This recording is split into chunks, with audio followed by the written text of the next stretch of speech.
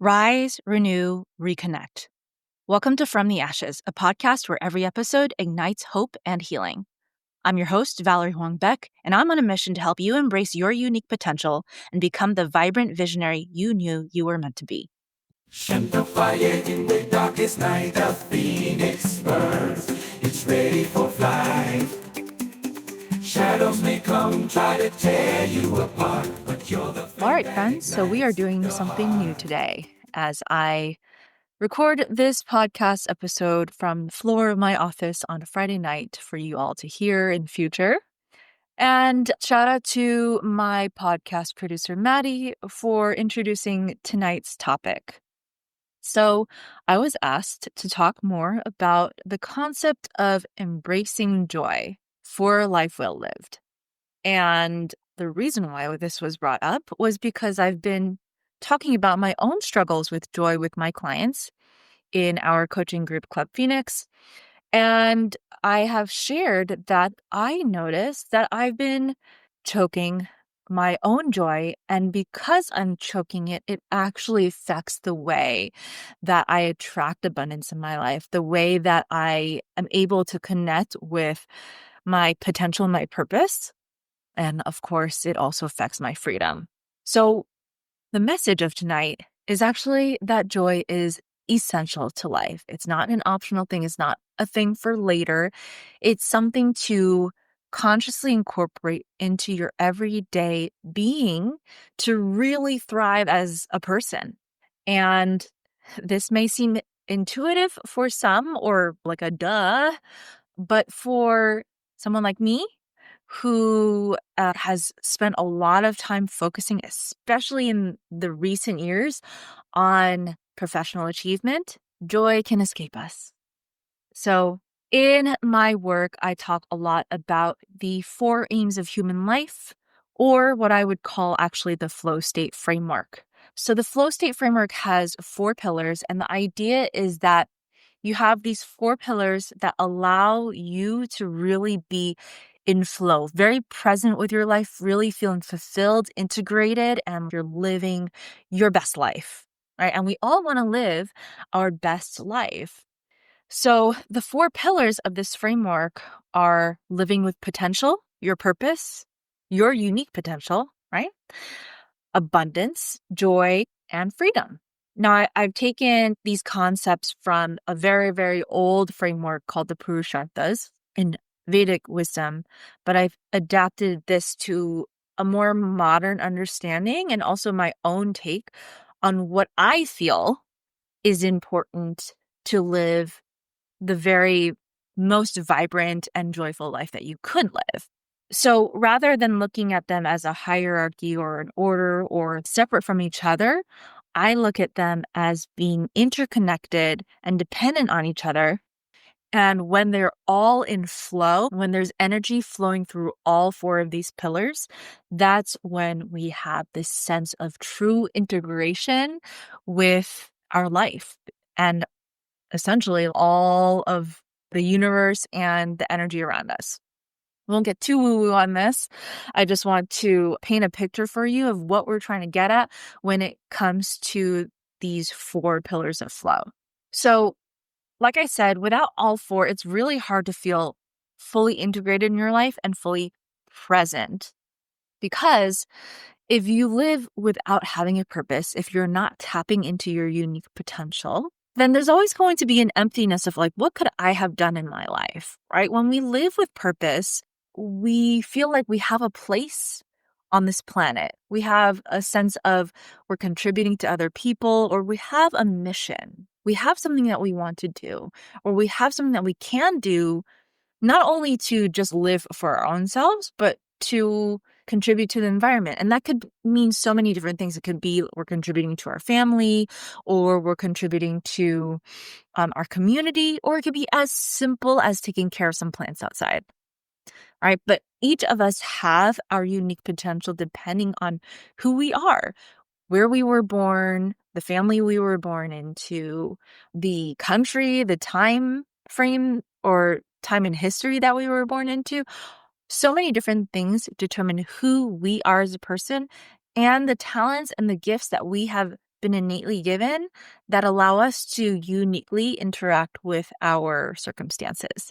So without that purpose, without that tapping into that potential, life can feel kind of empty if you're just living for yourself. Without abundance, it is really hard to go through life because we'll always be thinking, or we're always feeling like we need more.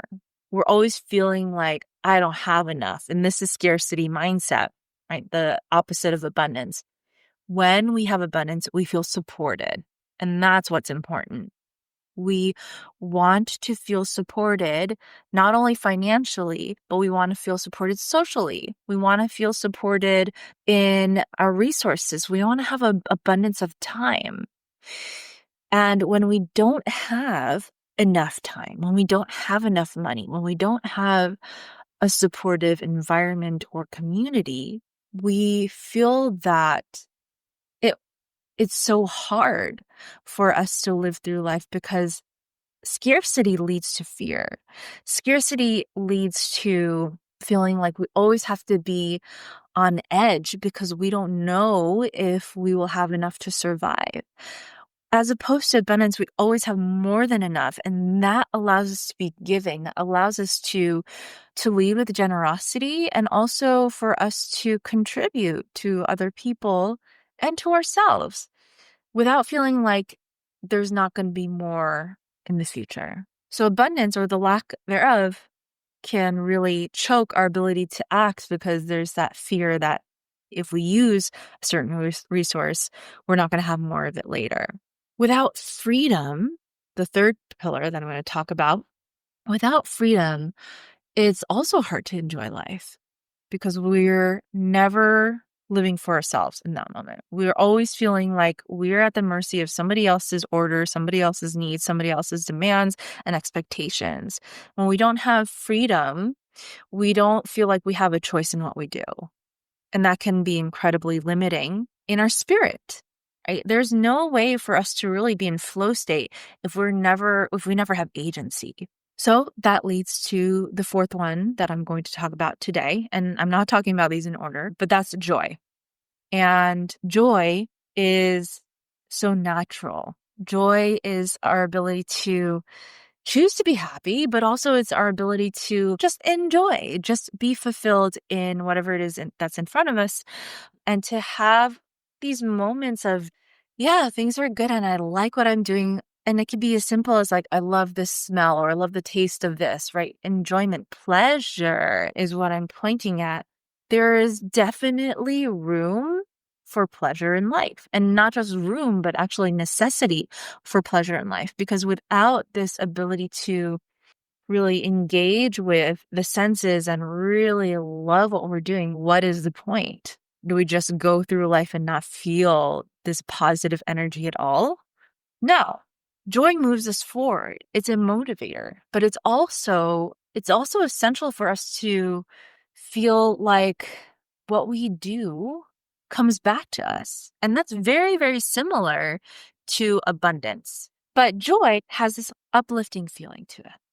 And it comes from having fun. It comes from being around people that you love. It comes from so many different things, enjoying the environment. But the thing is, if you're a high achiever, if you're a perfectionist, if you're a people pleaser, joy and fulfillment often get neglected. I mean, they go to the bottom of the priorities on your list of things. And it's not because you don't want to be happy, but it's that it doesn't seem as important, even though I'm going to argue that it is just as important. It's just not as obvious as to why. So let me make my case. First, let's think about, well, why is it that we choke our own joy?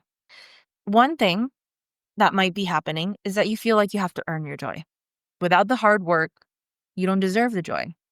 And I speak from personal experience, but oftentimes I feel like, wow, I haven't pulled my own weight. I haven't pulled my own weight in earning enough income. I haven't pulled my own weight in maybe doing my tours, or I haven't pulled my own weight in just contributing to the world. I feel like I have to give.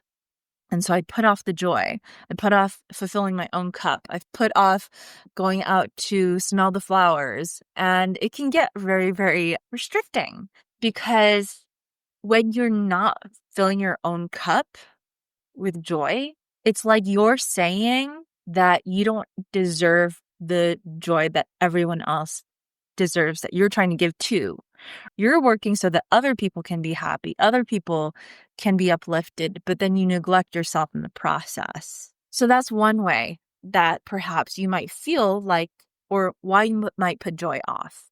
Another way that you might be joy off, or why you might be putting joy off, is because you're really goal oriented.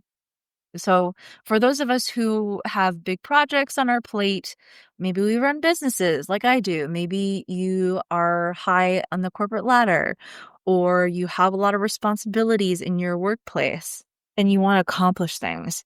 The tendency is to want to push towards the goal and just put the horse blinders on and get to the end of it because you know that there's so much satisfaction at reaching that end goal.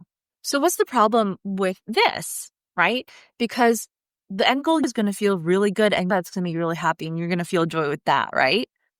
But for some of us, the end point is not so guaranteed. So I'm going to speak from an entrepreneur's perspective because you don't know sometimes when you're going to have a good month or a bad month. You don't know if you're going to sell at a launch. You don't know if you're going to get another client in the next month. Sometimes. And when you're working, and you're constantly putting off your joy because you're waiting for the reward at the end, you could be putting that off for a long time. And it almost feels like you're punishing yourself if you don't get there. And you are using that as a mechanism to pull you forward towards the goal. But the thing is, you're now saying to yourself again that unless you accomplish that thing, you don't get to have your cup filled. And the thing is, with joy, it keeps you motivated. Remember, it keeps you positive. It keeps your spirit fulfilled and actually fills on your resilience. So if you're not having moments of joy as you are going along this road trying to get to the top of whatever mountain you're trying to climb, you're going to get really tired, really depleted. And the journey is not going to be the journey that is formative for you because you're torturing yourself. So much of the growth actually, when we are going towards this big goal, whether it be to build a business or to climb the corporate ladder or whatnot, we forget that it's actually the journey that matters. And we're so focused on that end point because we think that's going to be the thing that's going to make us happy, but it's not the thing that's going to make us happy. It's actually the efforts that we've made along the way, the people that we've met, the self-discoveries that we've had. Sure, the money or whatever it is on top also is going to be great. But a lot of us, when we finally get there, realize what we've been fighting for may not be exactly what it is that we wanted in the first place. And what we should have been doing along the way is to make sure that we have what we need and want no matter what. And that is joy. All right. Another reason why some of us may be putting off joy is because it doesn't feel like a priority.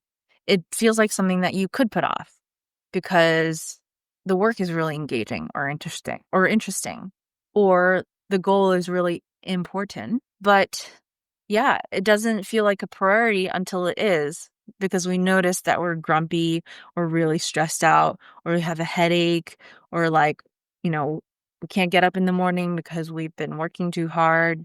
We don't notice that we haven't been giving ourselves some time to actually enjoy life. And then all of a sudden, lo and behold, we feel depleted. And then the fourth reason that I have found in the past to be true for myself is that having fun can seem like a silly distraction.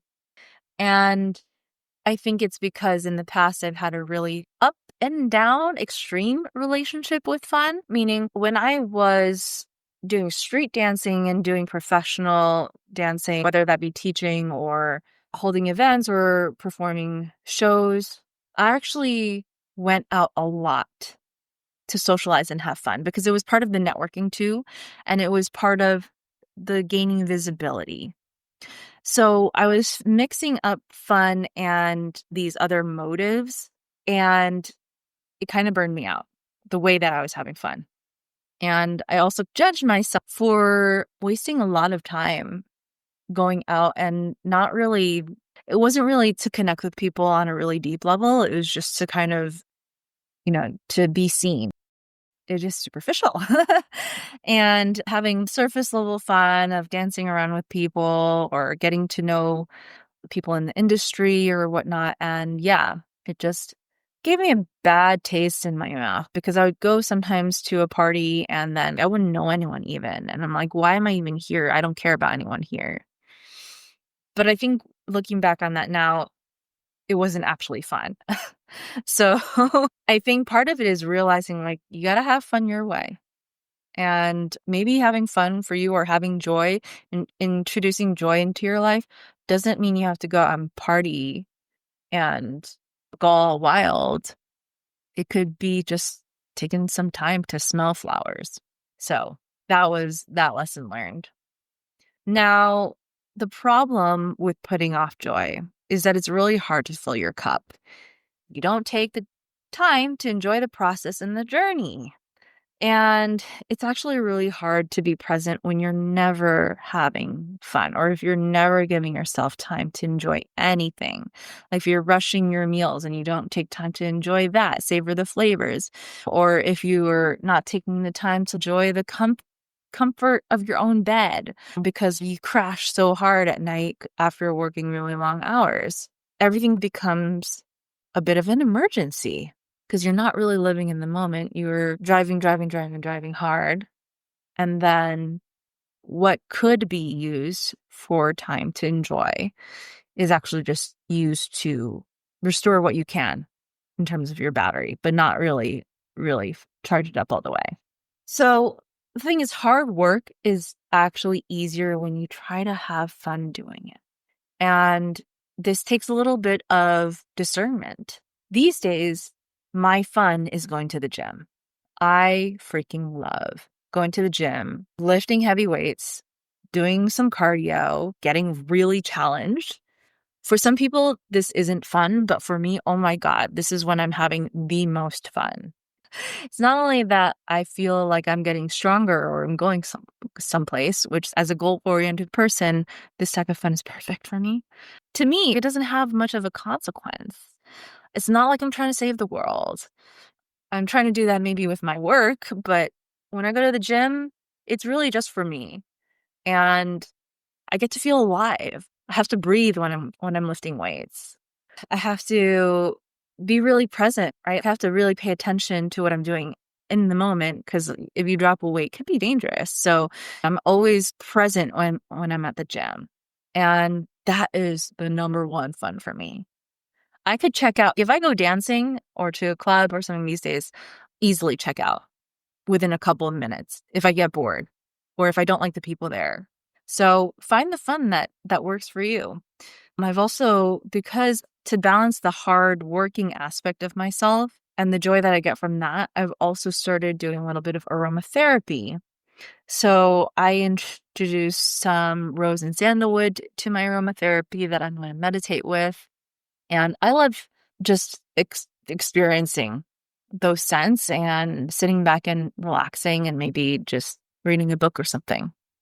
And that probably brings me as much joy or more than, let's say, going out dancing these days. So times change, you change, and the way that you have fun can also change.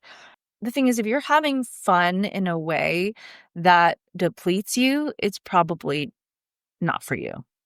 It's probably not what you need right now. And you might be operating from an old way of being that is your past self. So you can always take inventory of how you have fun and make different choices, right? So if you were someone that went out drinking every day in your early 20s and you're feeling like when you do that now, it doesn't really fulfill you, well, it's time to look at that and maybe choose something different. And that's okay. That are simple can be very, very, very joyful. These days for me, having flowers on my table that I love peonies, having coffee with a friend, love that, and just chatting it up and enjoying the outdoors a little bit is good fun. So fun is not something, or joy is not something that you should have someday. It's something to integrate and incorporate into the now. Something that is going to inform the way that you are, that you be. Joy is a way of being. The more that you can integrate joy into your life, the more that you can actually give. So that leads to more abundance. When you have joy, of course, you want to spread joy, right? More joy leads to more freedom, because when you're joyful, of course, you feel more like yourself. You feel like, of course, I want to show up because I have all this great energy to share with other people naturally. When you feel more joyful, you do actually feel more free to be yourself. More joy leads to true purpose as well. Because when you're doing the things or experiencing things that you truly enjoy, you get closer to the things that light you up rather than just the things that you're trying to master. You naturally get closer to what it is that you're here to contribute to the world. If you've ever heard of the Japanese word ikigai, it's kind of like that dharma or sense of purpose, what you can do well, what you love and have fun with. I forget exactly what it is. What you can make a living of is what your ikigai is. I know I'm butchering that. But the point is that when you enjoy and love something from a deep, deep place of knowing, when you enjoy life, that energy will guide you toward what you can truly do in this world that's going to be really, really powerful, not only for you, but for the people around you. Because spreading joy, uplifting people by doing that is a huge gift. So I think I've gone through most of my notes and questions on embracing joy. So I'd love to hear from you guys on how it is that you find joy and how you're incorporating it into your life. And I'd love to hear your questions too, because for those of us who do choke our own joy, it can be really obvious how that affects the other aspects of fulfillment and of integration in our lives, our purpose and whatnot. If you're someone who actually has an overemphasis on joy and not enough on the other pillars, that can also be imbalanced. If you're focusing solely on pleasure at the expense of maybe doing something that is more in alignment with who you truly are, or at the expense of your abundance, right? Or of your purpose, that can also be an imbalance. So if you spend a lot of time on pleasure, so much so that you actually deplete your resources, right? Your abundance, that can lead to major scarcity. And if there's no awareness on that, you may be wondering for a long time why it is your life isn't working the way you want it to. So these are all things to ponder. Each of us have a different profile in terms of what aspects of fulfillment and integration we need to work on. I'd love to hear what you heard for yourself in this talk and also any questions that you have.